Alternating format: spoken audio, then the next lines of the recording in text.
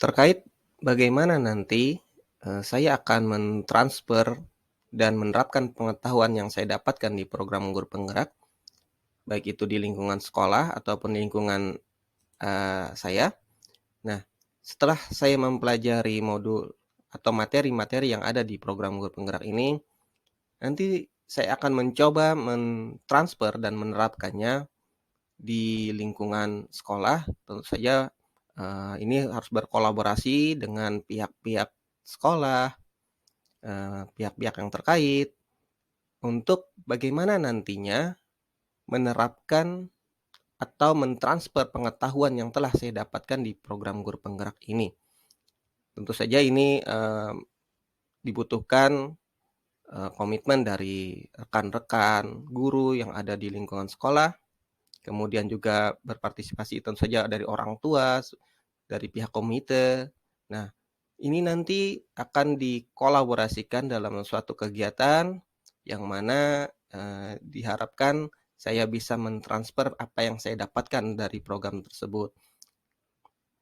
Kemudian terkait tentang bagaimana pengambilan keputusan yang ada pada materi modul 3.1, saya nanti coba juga akan menerapkannya, pengetahuan apa yang saya dapatkan ini dengan mencoba memahami dilema-dilema yang ada di lingkungan sekolah, baik itu dilema etika, dilema, eee, rujukan moral, seperti itu, dengan mengedepankan uji 9 langkah yang telah saya pelajari, di mana di dalamnya terdapat 4 paradigma yang telah, diketahui dan juga 3 prinsip dilema etika, serta bagaimana nanti dalam pengambilan keputusan ini harus dengan penuh pertimbangan yang matang, keberanian, dan juga kepiawaian seorang pemimpin dalam pembelajaran.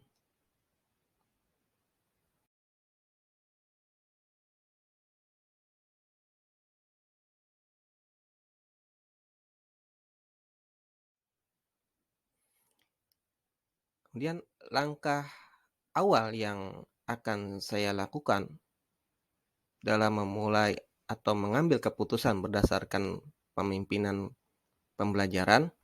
Nah, di sini langkah awal yang saya lakukan untuk memulai mengambil keputusan berdasarkan pemimpin pembelajaran adalah saya akan melakukan analisa terlebih dahulu terhadap kasus atau masalah apa yang terjadi.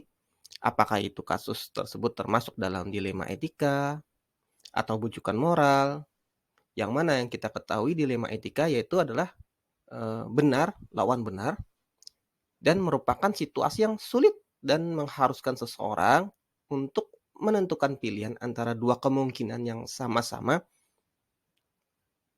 menyenangkan dan menguntungkan.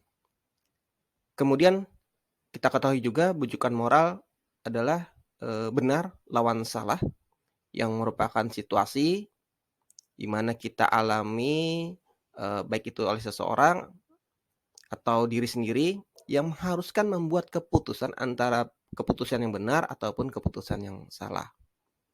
Nah, untuk mengatasi situasi baik itu dilema etika ataupun dilema, bujukan moral, kita dapat melakukan pengambilan keputusan.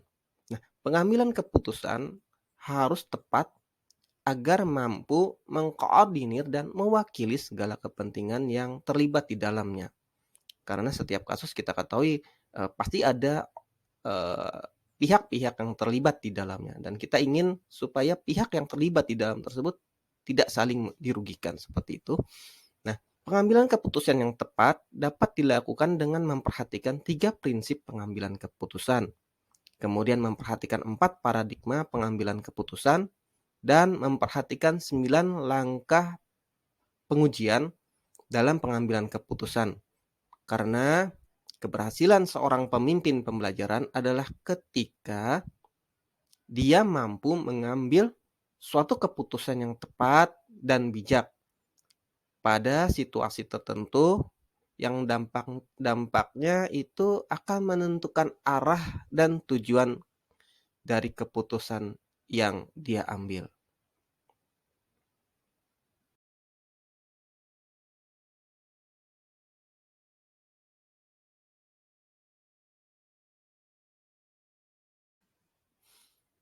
kapan saya akan menerapkan langkah-langkah tersebut. Apakah hari ini, besok, minggu depan, atau hari apa? Nah, terkait hal ini, langkah-langkah yang akan saya terapkan tersebut akan saya terapkan pada saat saya menghadapi dilema, baik itu dilema etika ataupun bujukan moral, yang mana pada kondisi tersebut saya harus mengambil keputusan yang baik dan efektif, seperti itu, serta apa yang saya putuskan itu dapat mengakomodasi kepentingan semua pihak. Nah, apabila hari ini seandainya saya mengalami dilema etika, maka langkah-langkah yang akan saya lakukan adalah tentu saja dengan memperhatikan 4 paradigma pengambilan keputusan, 3 prinsip dilema etika, dan 9 langkah pengujian pengambilan keputusan. Dan tentu saja ini akan saya coba terapkan sedini mungkin dan juga nanti akan diimbaskan kepada komunitas praktisi dan orang-orang yang ada di lingkungan sekolah.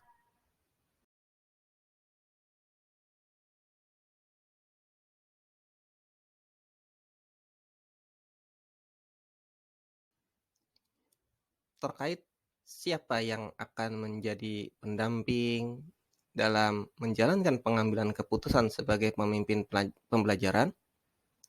Nah, seseorang yang akan menjadi teman diskusi atau menentukan apakah langkah yang setelah saya ambil efektif ataupun tepat. Di sini tentu saja saya membutuhkan seseorang sebagai evaluator ya, yang mengevaluasi apa yang telah saya putuskan, seperti itu. Nah, tentu saja ini memerlukan orang yang memiliki kredibilitas tinggi, contohnya kepala sekolah ataupun wakil kepala sekolah. Nah, sebelum saya berbicara terkait keputusan yang saya ambil, tentu saja saya harus berkolaborasi dulu dengan orang-orang ini, baik itu kepala sekolah ataupun wakil kepala sekolah, yang tentu saja mereka adalah orang-orang yang memiliki kompetensi atau potensi yang ada di lingkungan sekolah. Nah, kepala sekolah merupakan orang yang handal. Beliau sangat terampil dalam kepemimpinan dan tentu saja diharapkan saya bisa berdampingan dengan beliau selama saya melakukan pengambilan keputusan. Di samping itu, orang-orang yang terlibat dalam komunitas praktisi juga termasuk juga rekan-rekan sejawat ataupun orang tua murid, yaitu dalam komite, maksudnya komite sekolah, yang sangat penting dalam mendampingi saya agar saya dapat mengambil keputusan yang tepat dan bermanfaat, sehingga keputusan yang diambil itu dapat mengkoordinir, mengakomodasi semua kebutuhan-kebutuhan yang ada di lingkungan saya, seperti itu.